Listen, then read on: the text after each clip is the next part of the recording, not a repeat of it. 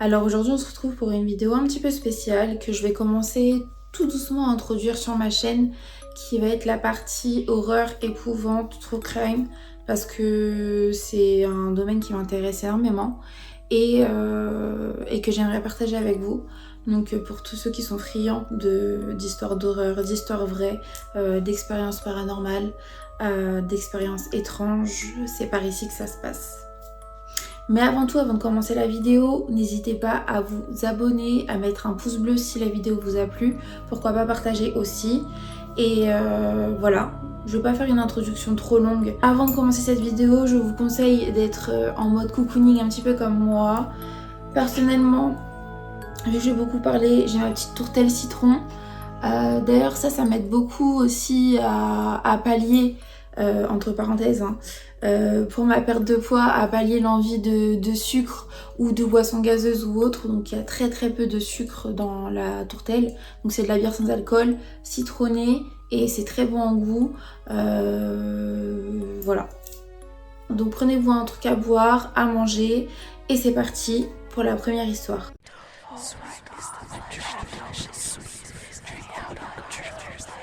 Alors cette gardienne, pour aider à payer ses études universitaires, c'est une jeune fille qui se retrouve quelquefois dans le rôle de gardienne, et elle se voit confier la garde de la maison d'un voisin, un médecin respectable et digne de confiance, qui bien sûr la rémunérait convenablement pour le service qu'elle lui rendait.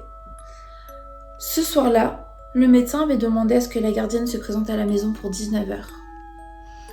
Peu de temps après son arrivée dans la maison, la jeune étudiante reçut un appel téléphonique. Un homme à la voix rauque lui dit que si elle ne quittait pas la maison immédiatement, il mettrait fin à sa vie. Terrifiée, l'étudiante raccrocha le téléphone puis fixa l'afficheur avec appréhension, évidemment, numéro masqué.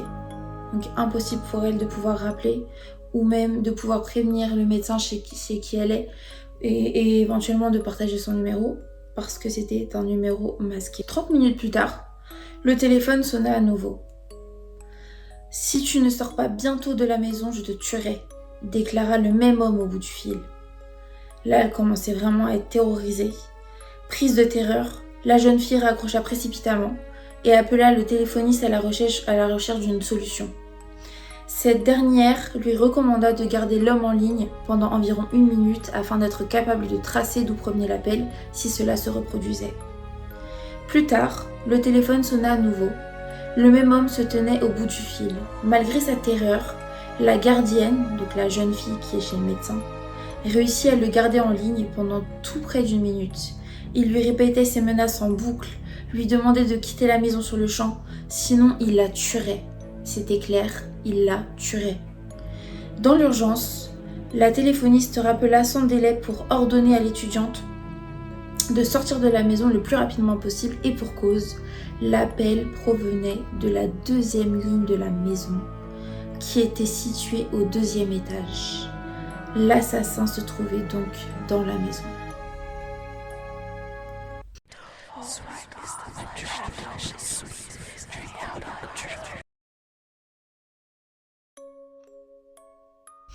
Par un beau soir d'Halloween dans le New Jersey, donc aux États-Unis, un homme assez âgé et qui vivait seul avec sa femme fut découvert mort dans sa cuisine. Il avait la réputation de ne pas aimer les enfants et d'avoir une grande aversion pour eux. Il ne pouvait pas les saquer, il ne pouvait pas les voir, il ne les supportait pas. Le matin du 31 octobre, pris d'un éclair de génie et de méchanceté, l'homme avait minutieusement inséré des lames de rasoir dans des pommes qu'il prévoyait de distribuer aux enfants plus tard dans la soirée. Faut se dire clairement, c'est un taré et de son vivant, il aurait dû être enfermé. Franchement, je comprends pas comment on peut avoir autant d'imagination pour faire du mal en plus à des enfants. Sa femme, fermement opposée aux actes criminels de son mari grincheux, méchant, décida d'interrompre le massacre planifié. Elle lui prépara sa tarte préférée, une bonne tarte aux pommes, et l'invita à savourer une généreuse part de dessert, juste avant l'arrivée des enfants sonnant à leur porte. L'homme qui avalait sa nourriture avec voracité, et comme s'il n'avait jamais mangé de sa vie, demanda à sa femme juste avant d'engloutir une bouchée. Mais son mari lui dit « Mais où as-tu trouvé les pommes pour faire cette tarte ? Je les avais toutes prises ce matin. » C'est en avalant cette bouchée qu'il réalisa un peu plus tard, alors qu'il venait de se trancher la gorge de l'intérieur avec ces fameuses pommes. Le monsieur a été pris à son propre piège. Et j'ai envie de dire, bien fait pour lui.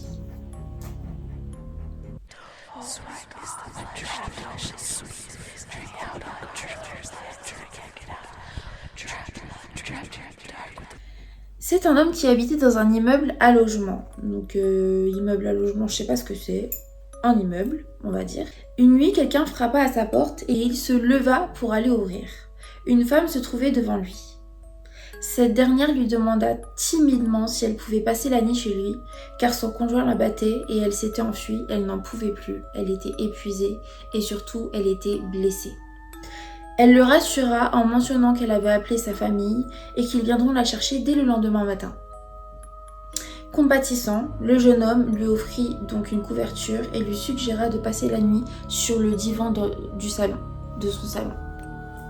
Au réveil, la couverture est pliée et bien rangée sur le coin du sofa et la jeune femme semble avoir quitté les lieux. Le jeune homme se prépara et partit donc travailler. Le soir suivant, on frappe à nouveau à sa porte. C'est encore la même femme, mais cette fois son visage porte des marques beaucoup plus voyantes de violence. Elle lui demande à nouveau l'hospitalité, incapable de refuser. Le jeune homme lui propose de dormir à nouveau sur son sofa, au même endroit que la nuit précédente. Au petit matin, même manège, elle n'est plus là. Cette situation se répète tout au long de la semaine. Inquiet, le jeune homme décida de se rendre au poste de police pour expliquer la situation. Un agent lui montra alors une photo sur laquelle il reconnaît la femme. La police lui apprend alors que cette femme a été battue à mort par son conjoint dans son appartement quelque temps auparavant.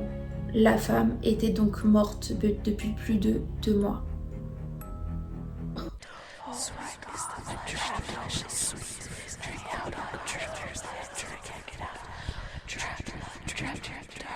Il existe plusieurs versions de cette histoire. Selon des témoignages, elle aurait été vue autant en Europe qu'en Amérique. Ou même en Normandie, on entend beaucoup qu'on a vu la Dame Blanche en Normandie et qu'elle est en Normandie. Voici l'une des nombreuses histoires la mettant en vedette. Prenons cette histoire puisqu'elle est racontée par un médecin. Une personne qui, a priori, est plutôt réaliste à les pieds sur terre. Le témoignage date de 1977, donc c'est quelqu'un qui est rationnel, qui ne croit absolument pas au paranormal et qui a pas des tendances à être irrationnel ou tout ça. Après une longue journée de travail, un médecin rentre chez lui un soir alors qu'une pluie battante s'abat. Sur le bord de la route, il aperçoit une jeune femme vêtue de blanc. Par compassion, et pour se rendre utile et aimable, il décide de s'arrêter et de s'enfuir, de la raccompagner chez elle. Elle accepte, et après avoir donné son adresse, elle ne dit plus un mot de tout le trajet. Pendant le trajet, elle reste silencieuse jusqu'à ce qu'il traverse le pont du Furet. À cet instant précis, elle devient agitée et effrayée. Une fois arrivée à destination, le médecin lui prête son parapluie et attend qu'elle le lui rende. Cependant, ne voyant pas la jeune femme revenir, le médecin sonne à la porte de la maison. Un couple lui ouvre et il leur raconte alors son histoire en décrivant la jeune femme.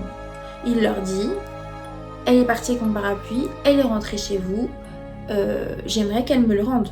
J'aimerais qu'elle me rende mon parapluie. » Le couple, visiblement très ému, lui révèle alors que cette fille était leur fille unique, décédée tragiquement lors d'un accident de moto sur le pont du Furet plusieurs années auparavant.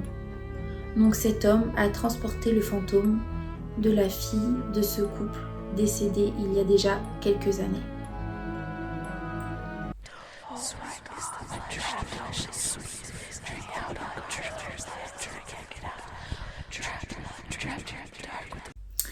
Installée dans son salon, une femme âgée vivant seule décida de faire un casse-tête pour passer le temps.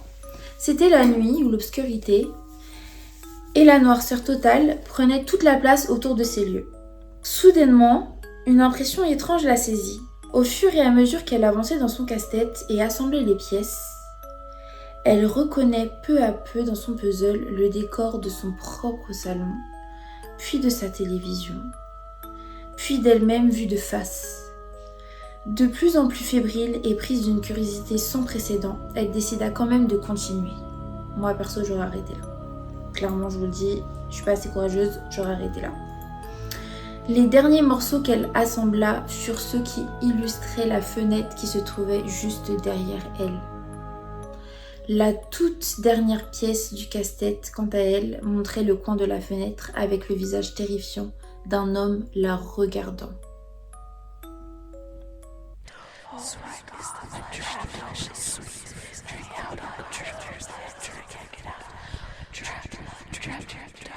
La nuit était sombre et brumeuse, et Denise luttait pour rester éveillée alors que la route était sombre, froide et détrempée. On était en hiver. Le niveau d'essence de sa voiture devenait dangereusement bas, et elle ignorait totalement où se trouvait la prochaine ville. Juste au moment où elle allait arrêter la voiture pour dormir sur le bord de la route, elle aperçut une petite station d'essence douteuse. Mais comme elle n'avait pas le choix, elle s'y arrêta.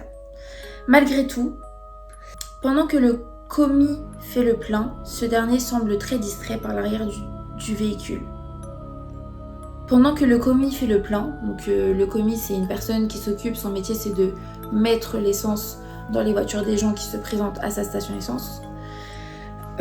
Pendant que le commis fait le plein, le dernier semble très discret par l'arrière du véhicule. Il s'exécute enfin, mais lui demande d'ouvrir le capot parce qu'il flaire un problème. Alors qu'elle se trouve seule dans une petite station-service délabrée, en plein milieu de nulle part, et que le commis a des comportements étranges, le cœur de Denise bat à la chamade. Elle panique. Il lui demanda de sortir de la voiture pour venir voir le moteur. Elle s'exécuta tout en se demandant pourquoi elle ne se mettrait pas à crier. Dès qu'elle arriva devant la voiture, il l'attrape par le bras et lui dit « Cette voiture a besoin d'une remorqueuse. Vous devez venir avec moi dans le bureau. » Puis, il lui met la main sur la bouche et l'entraîne de force à l'intérieur du bureau. Une fois à l'intérieur, il lui dit « Il y a un homme couché sur le siège arrière de votre voiture. Nous devons appeler la police tout de suite. » La femme apeurée partit en courant vers sa voiture et fila à toute vitesse sans regarder derrière elle. Au bout de quelques minutes, Denise regarda son rétroviseur. Elle vit un homme avec un chandail à capuchon et une hache dans la main sur la banquette arrière. Sur le champ, d'un mouvement de bras, il décapita la pauvre femme avec sa hache. Le cadavre de Denise fut retrouvé quelques jours plus tard. Des années après ce drame, la police est enfin parvenue à mettre le grappin sur le tueur en série qui avait eu la peau de Denise. Avez-vous regardé sur la banquette arrière de votre voiture ? Telle est la question. Pour mon cas, petite anecdote, à chaque fois que je sors le soir, souvent c'est pour aller faire ma séance de sport, donc je pars vers 22h. Quand je retourne dans ma voiture, alors que je sais pertinemment qu'elle était fermée, je rentre à une vitesse, laisse tomber, je regarde derrière moi tout le long et je n'ouvre pas ma voiture à l'avance parce que je suis effrayée à l'idée qu'on me suive et que du coup la personne puisse anticiper où est-ce que je suis garée. Je l'ouvre au dernier moment quand j'arrive devant et je referme la voiture directement. J'ai pas démarré le moteur, rien du tout, je referme. Et le premier truc que je fais, et c'est véridique, je me retourne et je regarde s'il y a personne à l'arrière, allongé. Je regarde au sol, je regarde sur mon siège. Et après ça, je suis rassurée. Mais c'est vrai que j'ai tellement entendu d'histoires de personnes qui se sont cachées sur la banquette arrière et qui ont fait du mal à des gens dans la vraie vie ou dans des fictions, voilà, c'est quelque chose qui fait que ça fait partie de mon quotidien de tout le temps vérifier à l'arrière de ma voiture. C'était la dernière histoire de ce thread d'horreur. J'ai adoré faire ça. Je compte en faire souvent, donc pas que ça, mais je compte en faire quand même de manière récurrente. En tout cas, j'espère que la vidéo vous a plu. J'espère que vous n'êtes pas trop effrayés. Si possible, essayez de regarder cette vidéo tard le soir, un petit peu dans l'obscurité pour un peu plus d'ambiance et de sensations. Moi, je vous dis à la prochaine pour une autre vidéo. Je vous dis de faire très attention. J'ai pas mis mes lunettes d'enquêtrice aujourd'hui parce que ce n'était pas une enquête, mais ça arrive très bientôt. N'hésitez pas à vous abonner et à liker. Et je vous dis à bientôt pour une autre vidéo. Mouah.